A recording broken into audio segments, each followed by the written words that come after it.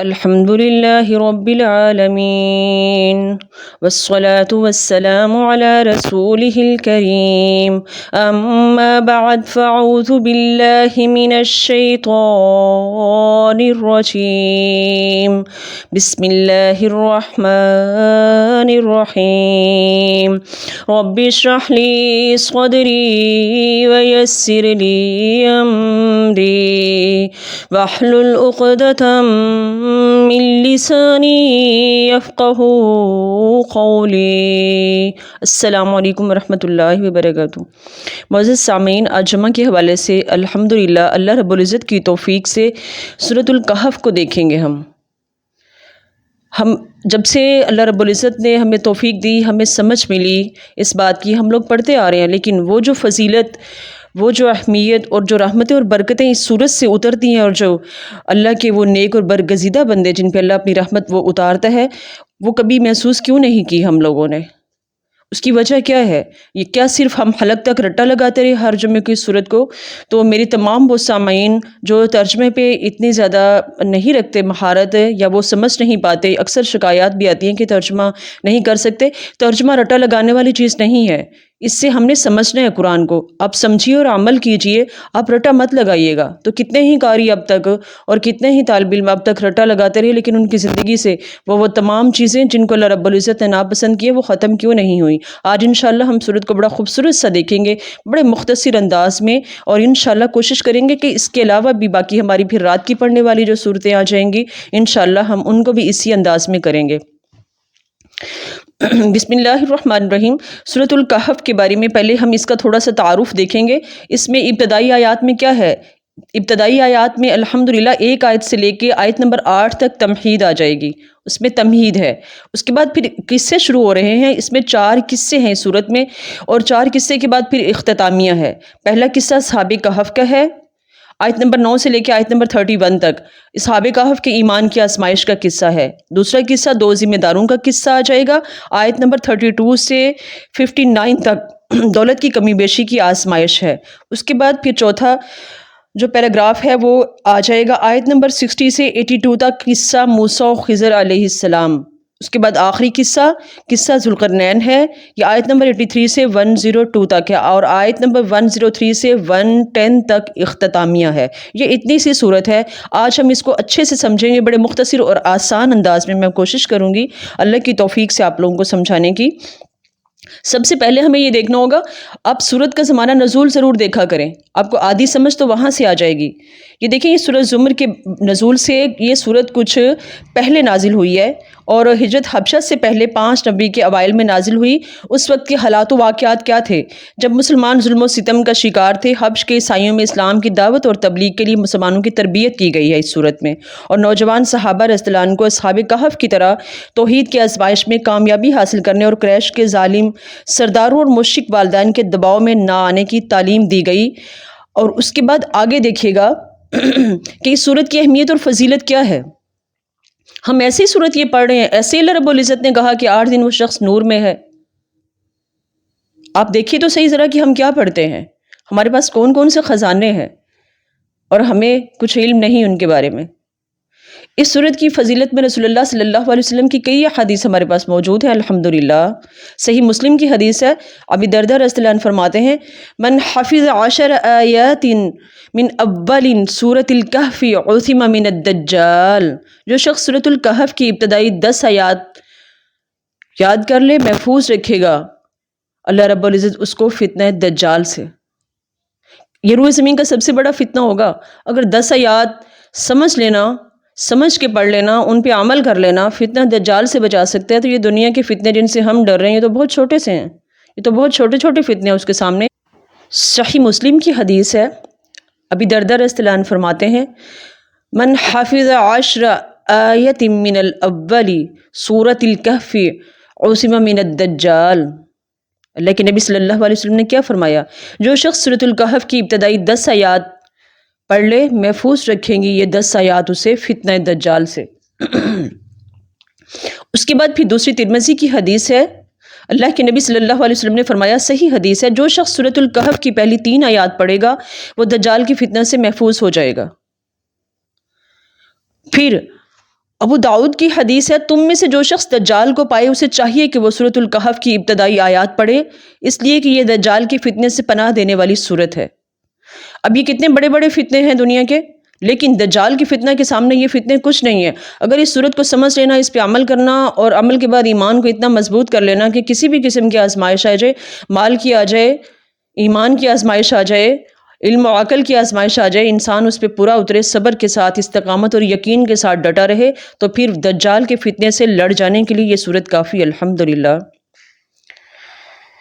صحیح مسلم کی روایت ہے، ایک شخص نے سورۃ الکہف کی تلاوت کی جبکہ اس کے گھر میں ایک گھوڑا بندھا ہوا تھا۔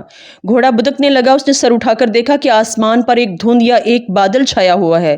اس شخص نے اس واقعے کا ذکر نبی صلی اللہ علیہ وسلم سے کیا تو آپ صلی اللہ علیہ وسلم نے فرمایا فَإِنَّهَا السَّكِينَةُ تَتَنَزَّلَتْ عِنْدَ الْقُرْآنِ او تنزلت للقرآن، یہ سکنیت اطمینان کی روشنی تھی جو قرآن کے پڑھنے یا قرآن پڑھتے وقت نازل ہوئی۔ یہ صحیح مسلم کی حدیث ہے۔ اب اس سے آگے دیکھیے گا، آپ حیران ہوں گے اس صورت کو سن کے کہ کبھی ان تمام فضیلت کو، ان تمام خصوصیات کو سامنے رکھ کے، مد نظر رکھ کے سمجھ کے صورت کو پڑھیں تو پھر اصل وہ چیز جو قرآن کی روح ہے وہ ہمیں حاصل ہو۔ جو شخص جمعہ کے دن سورۃ الکہف پڑھے اس کے لیے 2 جمعوں کے درمیان تک روشنی باقی رہتی ہے، یعنی سورۃ الکہف کی تعلیمات کا نور 1 ہفتے تک اس کے دل و دماغ پر رہے گا اور وہ دنیا اور دنیا کی زینت کے فتنوں سے محفوظ رہے گا۔ اب وہ جو نور 1 ہفتے کا کہا گیا، وہ اس کے دل پہ سکنیت بھی اتری، وہ نور اس کے دل پہ بھی اترا، اس نور نے اس کو اپنے اس حالے میں لے لیا۔ وہ نور کیسے اترتا ہے؟ جب سورت پڑھی جاتی ہے تو اللہ کی کچھ نوری مخلوق ایسی ہے جو زمین پر ارد گرد گھومتے پھرتے اللہ کے ذکر کی مجالس کو، اللہ کے ذکر کی محافل کو تلاش کرتے رہتے ہیں۔ تو جمعہ کے دن جو شخص سورۃ کہف کی تلاوت کر رہا ہے وہ سمجھ کے پڑھنے والا بھی ہے، وہ ایمان کے ساتھ اس کو لے بھی رہا ہے، وہ پورے یقین کے ساتھ ہے، تو اللہ رب العزت کی وہ نور کی مخلوق جو ہے وہ اللہ کی رحمت سے ان کو ڈھانپ لیتے ہیں۔ اور وہ مخلوق کتنی ہے، اس کی تعداد کیا ہے؟ وہ زمین اور آسمان کے خلا کو بھر دینے کے لیے کافی ہے۔ تو پھر وہ نور کتنا ہے؟ وہ اگلے جمعہ تک، جب تک کہ وہ دوبارہ اس صورت کو نہیں لے لیتا، اس وقت تک اس بندے کو اللہ رب العزت اسی نور کے حالہ میں رکھتا ہے۔ تو جو شخص اللہ کی طرف سے اتنی بڑی رحمت میں ہو، اللہ کی طرف سے اتنی بڑی برکت میں ہو، پھر وہ کیسے بھٹک سکتا ہے؟ لیکن ہم نے کبھی اس ایمان اور یقین کے ساتھ، اس سمجھ کے ساتھ اس صورت کو کبھی لیا ہی نہیں ہے۔ اس سے آگے تھوڑا سا مختصر دیکھیں گے کہ اس صورت میں کتنے پیراگراف ہیں ہمارے پاس۔ یہ کل 6 پیراگراف ہیں اس صورت کے، اور اس میں مختصر ہم دیکھیں گے کہ کتنے قصے ہیں۔ سب سے پہلا قصہ کون سا آئے گا ہمارے پاس؟ یہ ان نوجوانوں کا قصہ ہے جن کو غار والے کہا گیا ہے۔ اس قصے میں کیا تھا؟ ان کے ایمان کے لیے رب العزت نے آزمائش کی، پھر انہیں پناہ دی غار میں۔ اگر غار میں انہیں پناہ نہ دی جاتی تو پھر ان کے ساتھ کیا ہوتا؟ وہ ظالم بادشاہ انہیں یا تو سنسار کر دیتا یا ویسے ہی کسی اور اذیت ناک سزا کے ساتھ انہیں ان کی جان کو نقصان پہنچاتا۔ دوسرا قصہ 2 ذمہ داروں کے احوال پر مشتمل ہے۔ یہ ذمہ دار، ان میں ایک مال و دولت کی کمی بیشی کی آزمائش کا ذکر اللہ رب العزت نے کس طرح سے ہمیں سمجھایا کہ ایک کی فطرت اور عادت کیا ہے اور دوسرے کا فکر اور انداز کیا ہے، دونوں کا احوال ہمارے سامنے رکھ دیا۔ تیسرے قصے میں اللہ رب العزت نے علم کی بابت آزمائش کی ہے، علم کی کمی بیشی کی آزمائش کا تذکرہ ملتا ہے ہمیں۔ وہ قصہ کس کا ہے؟ حضرت موسیٰ علیہ السلام کا اور خضر علیہ السلام کا۔ چوتھا قصہ ایک عادل بادشاہ حضرت ذوالقرنین کا ہے۔ یہاں کس چیز کی آزمائش تھی چوتھے قصے میں؟ اقتدار کی آزمائش۔ تو کتنی آزمائشیں آئیں؟ ایمان کی آزمائش آئی سب سے پہلے قصے میں، اس کے بعد 2 ذمہ داروں کی آزمائش تھی، تو اس میں مال و دولت کی آزمائش ہے۔ موسیٰ علیہ السلام کے قصے میں علم کی آزمائش ہے، پھر ذوالقرنین کے قصے میں اقتدار کی آزمائش ہے۔ ہر ہفتے جو شخص ان 4 آزمائشوں کے پورا اترنے پہ انعام و اکرام بھی سمجھ لے، پھر جو بھٹکے ان کی سزا بھی دیکھ لے، پھر وہ اس کے مطابق اپنے دل کو ڈھال لے اس صورت کے پیغام کے مطابق، تو الحمدللہ اللہ رب العزت نے جس رحمت اور برکت کا وعدہ کیا ہے وہ شخص اسی کے لیے ہے۔ اس سے آگے آ جائیے گا، ہم تھوڑا سا تفصیلی دیکھیں گے۔ اب پہلے قصے میں اصحاب کہف کا ہے، جن کے ایمان کے لیے رب العزت نے آزمائش کی اور انہیں غار میں پناہ لینا پڑی۔ دیکھیں اصحاب کہف کون تھے؟ یہ رسول اللہ صلی اللہ علیہ وسلم کو اور آپ صلی اللہ علیہ وسلم کے صحابہ کے ہدایت کی گئی کہ اصحاب کہف کون تھے؟ وہ موحد تھے۔ صحابہ کو انہی کی طرح سے ثابت قدمی اختیار کرنے کا مشورہ دیا گیا ہے۔ ان موحد نوجوانوں کا تعلق اللہ رب العزت کے ساتھ کتنا مضبوط تھا۔ اللہ رب العزت نے نوجوانوں کو ہدایت کے اعتبار سے برگزیدہ کر دیا تھا۔ وَزِدْنَاهُمْ هُدًى، اس سے آگے دیکھیے گا اللہ نے ان کے دل مضبوط کر دی اور انہیں ثابت قدمی عطا کی۔ وَرَبَطْنَا عَلَىٰ قُلُوبِهِمْ، یہ آیت نمبر 14 ہے، تھوڑا مختصر کروں گی تاکہ آپ لوگ اچھے سے سمجھ لیں۔ یہ نوجوان جو تھے ان کی عادت فطرت کیا تھی؟ یہ شرک سے ہمیشہ بیزار رہتے تھے، یہ توحید پرست تھے۔ ان کا عقیدہ کیا تھا؟ کہ اللہ زمین و آسمان کا رب ہے، اور انہوں نے اسی چیز کا صاف اعلان اس ظالم جابر حکمران کے سامنے بھی کیا، اور انہوں نے پکار کر یہ کہا کہ ہم اللہ کے علاوہ اور کسی سے نہیں ڈرتے اور نہ کسی اور کو پکاریں گے۔ یہ نوجوان اپنی مشرک قوم سے نالاں تھے، ان سے انتقام سے ڈر کر غار میں ان لوگوں نے پناہ لے لی۔ اصحاب کہف کو حکومت وقت سے جان کا خطرہ تھا۔ اللہ تعالیٰ نے انہیں ایک مدت دراز تک سلائے رکھا اور اللہ کی طرف سے زندگی ما بعد موت کا ثبوت فراہم کیا گیا۔ اللہ کا وعدہ سچا ہے، قیامت آ کر رہے گی۔ اب دیکھیے ان نوجوانوں کی موت کے بعد عیسائیوں میں اختلاف ہوا، کسی نے کہا دیوار چن دو، کسی نے کہا ان پر عبادت گاہ بنا دو، یعنی کہ لوگ دو گروہوں میں تقسیم ہو گئے۔ تو ایسے ہی ہوگا، کچھ لوگ مان لینے والے ہوتے ہیں، حقیقت کو سمجھ لینے والے، اور جو جہالت میں پڑ گئے وہ پھر بھٹک جایا کرتے ہیں۔ یہاں اللہ رب العزت نے ایک ہدایت اور بھی کی، آیت نمبر 22 میں ہمیں کہ اصحاب کہف کی تعداد میں مت پڑو، اس بحث میں نہ الجھو۔ تمہارا مقصد کیا ہونا چاہیے؟ واقعے سے صرف سبق حاصل کرنا، کہ باقی تمام جو باتیں ہیں وہ غیر ضروری ہیں، ہم تعداد کے پیچھے پڑ گئے ہیں۔ اور اس کے بعد رسول اللہ صلی اللہ علیہ وسلم کو صحابہ پر مشتمل مومن صالح افراد کا ساتھ دینے، دنیا کی زینت کی طرف نہ دیکھنے اور قریش کی باغی اور فاسق قیادت کی اطاعت سے بچنے کی ہدایت کی گئی، اور بتایا گیا کہ یہ ایمان بھی آزمائش ہے۔ اصحاب کہف کو بنیادی مذہبی حقوق میسر نہ تھے، انہیں غار میں پناہ لینا پڑی۔ دوسرے قصے میں کیا ہے؟ وہ دو ذمہ داروں والا جو قصہ آئے گا، تو اس میں ایک ذمہ دار جو اپنے آپ کو بڑا مال و دولت کے حساب سے اور اولاد کے حساب سے اپنے آپ کو بڑا سمجھتا تھا، وہ تفاخر دار تھا۔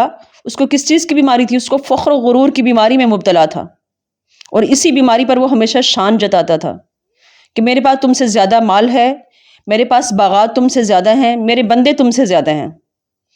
انا اکثر منک مالا واعز نفرا، یہ تھا اس کا تفاخر۔ یہ شخص کون تھا؟ یہ دنیا پرست تھا، سمجھتا تھا کہ یہ نعمتیں زائل نہیں ہوں گی اور یہ دولت ہمیشہ رہے گی، میرے باغ کو کوئی فنا نہیں کر سکے گا۔ ما اظن ان تبید هذه ابدا، یہ اس کا خیال تھا۔ آیت نمبر 35 میں اللہ رب العزت نے بیان کیا۔ یہ شخص اس جہالت میں پڑتے ہوئے جھوٹی آرزوؤں میں الجھ کر رہ گیا، سمجھتا تھا کہ بالفرض اگر قیامت واقع ہو بھی گئی تو اس کے بعد مجھے دنیا سے زیادہ نعمتیں اور مل جانی ہیں، وہاں بھی زیادہ شاندار نعمتیں میں ہی پاؤں گا۔ وَلَئِن رُدِدتَّ إِلَىٰ رَبِّي لَأَجِدَنَّ خَيْرًا مِّنْهَا مُنْقَلَبًا، آیت نمبر 36 ہے۔ یہ شخص مشرک بھی تھا جبکہ اس کا باغ تباہ کر دیا گیا، اور اس کے لبوں پر یہی الفاظ تھے، حسرت کے الفاظ تھے، کاش میں نے اپنے رب سے شرک نہ کیا ہوتا، یا لیتنی لم اشرک بربی احدا، تو مشرک ترقی کے خواب نہ دیکھے۔ آیت نمبر 42 ہے۔ نہ تو وہ خود اپنی مدد کر سکا، نہ کوئی اور ہستی جن پر وہ اس کو فخر تھا اس کی ہستی کر سکی، کسی قسم کی مدد کوئی ہستی اس کی نہیں کر سکی۔ اور چھوٹے ذمہ دار میں کیا خصوصیات تھی؟ چھوٹا ذمہ دار موحد تھا، صاف کہتا تھا اپنے رب کے ساتھ کسی کو شریک نہیں کروں گا۔ ولا اشرک بربی احدا، آیت نمبر 38 ہے۔ وہ مبلغ بھی تھا، وہ لوگوں کو ہدایت کی باتیں بھی بتاتا، وہ لوگوں کو توحید کی باتیں بتاتا، اور چنانچہ وہ پہلے والا جو تھا اس کا کام کیا تھا؟ وہ ٹوکا کرتا تھا، وہ مذاق اڑایا کرتا، وہ حجتیں کرتا تھا اس کو۔ وہ لوگوں سے کہتا ہے کہ تم اپنے رب محسن کا انکار کیوں کرتے ہو؟ تم نے اپنے باغ میں داخل ہوتے وقت ماشاءاللہ لا قوت الا باللہ یہ الفاظ ادا کیوں نہیں کی؟ آیت نمبر 39 بتا رہی ہے یہ ہمیں۔ اور چھوٹا ذمہ دار اللہ کے دنیاوی قانون، عذاب و ثواب اور آخرت کی جزا و سزا دونوں پر مکمل یقین رکھتا تھا، اور اس نے بڑے ذمہ دار سے صاف الفاظ میں کہہ دیا تھا کہ تیرا باغ کیا ہے؟ عارضی ہے، یہ تباہ ہو سکتا ہے۔ اب یہ دیکھیے اس پیراگراف میں اللہ رب العزت نے کیا سمجھایا ہمیں حیات الدنیا کے بارے میں، یعنی دنیا کی زندگی تمثیلی کھیتی ہی تو تھی اس شخص کی، وہ مال، وہ اولاد دنیا کی زینت تھی اس کی۔ اور یہ دیکھیے آدم اور ابلیس کے قصے میں بھی کیا تھا؟ ابلیس کا رویہ کیا تھا؟ حسد اس کے دل میں بھرا ہوا اور وہ مذاق اڑا رہا ہے. اسی چیز نے اس کو بھی ہلاکت میں ڈالا. اگلے قصے میں آ جائیے، موسیٰ علیہ السلام کا قصہ، آیت نمبر 60 سے 82 تک یہ آ جائے گا قصہ. حضرت موسیٰ علیہ السلام کو کیا بتانا مقصود تھا اللہ رب العزت کا؟ کہ حضرت خضر علیہ السلام جیسے بعض اللہ کے بندے، ان کے پاس اس سے بھی کہیں زیادہ علم ہے. وہ اللہ کی ہر مشیت میں بھی کوئی نہ کوئی حکمت پوشیدہ ہوتی ہے. حضرت موسیٰ علیہ السلام کی دریاؤں کے سنگم پر اللہ کے ایک بندے سے حضرت خضر علیہ السلام سے جو ملاقات ہوئی، تو انہوں نے حضرت موسیٰ علیہ السلام نے ان سے کیا کہا؟ کیا میں آپ کی صحبت اختیار کر سکتا ہوں تاکہ میں آپ سے دانائی سیکھ لوں؟ انہوں نے پہلی چیز کیا بتائی؟ پہلی چیز ہمارے لیے بہت بڑی نصیحت، علم سیکھنے کے لیے صبر کی بڑی ضرورت ہوتی ہے، اور آپ میرے ساتھ صبر نہیں کر سکیں گے. یہ توفیق باللہ انہوں نے حضرت موسیٰ علیہ السلام کو جواب دیا. پھر وہ جو چند عجیب و غریب افعال حضرت خضر علیہ السلام نے وہاں کیے کہ حضرت خضر علیہ السلام نے ایک کشتی میں شگاف کر دیا، حضرت موسیٰ علیہ السلام فوراً بول پڑے. دوسرا، انہوں نے ایک لڑکے کو قتل کیا، پھر حضرت موسیٰ علیہ السلام سے صبر نہیں ہوا، پھر بول پڑے. پھر ایک مقام پر جب ان لوگوں نے میزبانی ادا کرنے سے انکار کیا، اس کے باوجود انہوں نے ان کی ایک گرتی ہوئی دیوار کو چن دیا. یہاں پھر حضرت موسیٰ علیہ السلام بول پڑے. تو حضرت خضر علیہ السلام نے کیا جواب دیا؟ ھذا فراق بینی و بینک، اب یہاں میرے اور آپ کے درمیان جدائی ہے. اور ان تمام افعال کی پوشیدہ حکمتیں موسیٰ علیہ السلام کے سامنے منکشف کی کہ کشتی مزدوروں کی تھی، ظالم بادشاہ کشتی چھین لیتا تھا، عیبدار کر دیتا تھا تاکہ بادشاہ چھین نہ لے، میں نے اسے عیبدار کر دیا. اور لڑکی کے والدین مومن تھے، اندیشہ تھا سرکشی اور کفر میں پڑھ کر یہ انہیں بہت تنگ کرے گا، اس لیے قتل کر دیا تاکہ اللہ انہیں اس سے بہتر اولاد عطا کرے. دیوار کے نیچے 2 یتیم بچوں کا خزانہ چھپا ہوا تھا، ان کا باپ نیک تھا. کان ابوہما صالحا، میں نے دیوار اٹھا دی تاکہ دونوں بالغ ہو کر یہ خزانہ نکال لیں. ماں باپ کی نیکی اور بھلائی اولاد کو فائدے ضرور پہنچاتی ہے، اور یہ رب کی رحمت ہے، میں نے اپنے اختیار سے نہیں کیا. یہ تعویل ہے ان افعال کی جن پر آپ صبر نہیں کر سکے. یہ خضر علیہ السلام نے موسیٰ علیہ السلام کو بتا دیا. تو یہ دیکھیں علم میں آج ہی ہم کہیں کہ آج میں نے یہ سارا کچھ کیا اور آج اسی جگہ پر مجھے اس کا نعم البدل بھی مل جائے اور میرے لیے آسان ایک سویٹ ڈش کی طرح میرے سامنے بھی آ جائے، ایسا نہیں ہوگا. اس مسافت میں صبر بھی ہے اور مشقت بھی ہے، پھر اجر بہترین ہے، پھر پھل بہت میٹھا اور شیریں ہے. اگلے قصے میں ذوالقرنین کی ایک مثالی حکمران کی مثال بیان کی گئی ہے. ذوالقرنین علیہ السلام کو اقتدار عطا کیا اللہ رب العزت نے. مکننا لہو فی الارض، زمین پر 84 آیت ہے یہ. حضرت ذوالقرنین کو اسباب اور وسائل اللہ رب العزت نے بے شمار دیے، اور یہ صاحب کون ہیں؟ یہ بھی مبلغ ہیں، اپنی رعایا کو توحید کی تعلیم دیتے ہیں، توحید کی دعوت دیتے ہیں، اپنی قوت و اقتدار کو دعوت کے لیے استعمال کرتے ہیں. کیسے؟ حضرت ذوالقرنین نے کیا فرمایا؟ ظالم کو میں دنیا میں سزا دوں گا اور اس کے بعد اللہ تعالیٰ شدید تر اخروی سزا دینے پر قادر ہے، وہ اس کو دے گا. اب دیکھیے گا لوگوں کو کیا بتایا کہ مومن صالح کے لیے بہترین جزا ہوگی، آسانیاں فراہم کی جائیں گی اسے. اب دیکھیں حضرت ذوالقرنین علیہ السلام نے مظلوم قوم کو یاجوج ماجوج کے حملوں سے محفوظ کیا. پھر اس قوم نے انہیں کیا کہا کہ ہم آپ کو اجرت بھی دیں گے، ہم آپ کے ساتھ محنت اور مشقت میں پورا حصہ ڈالیں گے، آپ کیا کریں، یہاں ایک بند تعمیر کر دیں تاکہ ہم ان سے محفوظ رہ سکیں. اب انہوں نے کیا کیا؟ ذوالقرنین نے، وہ مال و دولت کی حرص والے نہ تھے، انہوں نے بلا اجرت مفت بند تعمیر کروایا. اور جب انہیں اجرت کی، وہ اللہ رب العزت نے ان کو بے شمار دیکھیں اقتدار کے ساتھ ساتھ بے شمار اللہ رب العزت، یہ بھی برکتیں، یہ بھی رزق ہے کہ اللہ رب العزت ہماری نیت کو اچھا رکھے، ہماری نیت خالص اللہ کی رضا کے لیے کام کرنے والی ہو، ہماری نیت صرف دنیا کے چند ٹکے ہی کمانا نہیں ہو. تو انہوں نے بھی یہی کوشش کی، ان کے سامنے رکھی. ما مکنی فیہ ربی خیر، جو کچھ مجھے میرے رب نے دے رکھا ہے وہ بہت ہے میرے لیے. یہ جواب تھا ان کا. ہم تو یہ کہتے ہیں نا کہ جہاں سے چند ٹکے مل رہے ہیں بس لے لیں، جو دنیا کا مفاد ہے وہ حاصل کر لینا چاہیے، یہ عقل مندی ہے. آخرت عقل مندی نہیں ہے جس کو ہم بھول چکے ہیں. آخرت کے لیے کچھ بنا لینا، جمع کر لینا، بچا لینا، سب سے بڑی عقل مندی یہ ہے. اور حضرت ذوالقرنین نے کیا کیا؟ ذوالقرنین علیہ السلام نے بند کی تعمیر کے بعد اللہ رب العزت کا شکر ادا کیا. یہاں ایک بات اور بھی ان کی خوبصورت سیرت سامنے آ رہی ہے کہ عاجز بندے اللہ کے اور شکر گزار بندے تھے اللہ رب العزت کے۔ کیا جواب دیا؟ ھذا رحمت من ربی۔ جب وہ تمام کام پایا تکمیل کو پہنچ گیا بہترین، تو اس کے بعد شکر کس کا ادا کیا؟ اپنے رب کا۔ اپنی خوبی اور بڑائی نہیں، ہم تھوڑا سا کام کر لیں اور توفیق اللہ سے ہوتا ہے، ہم کیا کرتے ہیں؟ ہم اپنی ہی عظمت کے جھنڈے گاڑنا شروع ہو جاتے ہیں۔ اور ذوالقرنین علیہ السلام قیامت کے عذاب سے ڈرتے تھے، ان کا عقیدہ تھا کہ کائنات کی مضبوط ترین چیز بھی عارضی ہے، جب وعدے کا وقت آئے گا اللہ اس مضبوط دیوار کو بھی ریزہ ریزہ کر دے گا، اللہ کا وعدہ برحق ہے۔ آیت نمبر 98 دیکھے گا۔ فَإِذَا جَاءَ وَعْدُ رَبِّي جَعَلَهُ دَكَّاءَ وَكَانَ وَعْدُ رَبِّي حَقًّا۔ اب ان کے پاس ذوالقرنین علیہ السلام کے پاس اللہ رب العزت نے عقل اور سمجھ بھی دی، ان کے پاس ٹیکنالوجی بھی تھی، لیکن مزدور کم تھے۔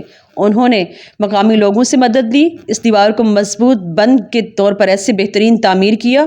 اس سے سبق کیا ملتا ہے ہمیں؟ کہ کافروں کے شر سے بچنے کے لیے دماغی، ذہنی اور عقلی وسائل کے ساتھ ساتھ جسمانی، مادی اور روحانی وسائل کے امتزاج شرط ہے۔ آخری پیراگراف میں اللہ رب العزت نے چند باتیں ہمیں سکھا دی ہیں۔ زمین پر موجود تمام اشیاء کی رنگا رنگی، زینت اور خوبصورتیاں، یہ سب کیا ہے؟ یہ عارضی ہے۔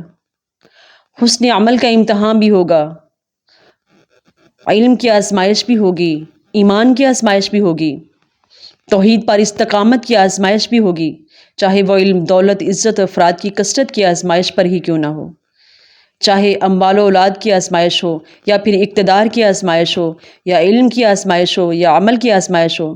ان تمام آزمائشوں کے پیچھے اللہ رب العزت کی بہت سی حکمتیں پوشیدہ ہیں۔ تو کسی بھی آزمائش پہ دل برا کر کے اللہ رب العزت کے گلے اور شکوے میں نہ پڑیے گا، اس آزمائش سے ثابت قدمی سے گزر جانا، وہ آزمائش اللہ رب العزت کی طرف سے رحمت ہے۔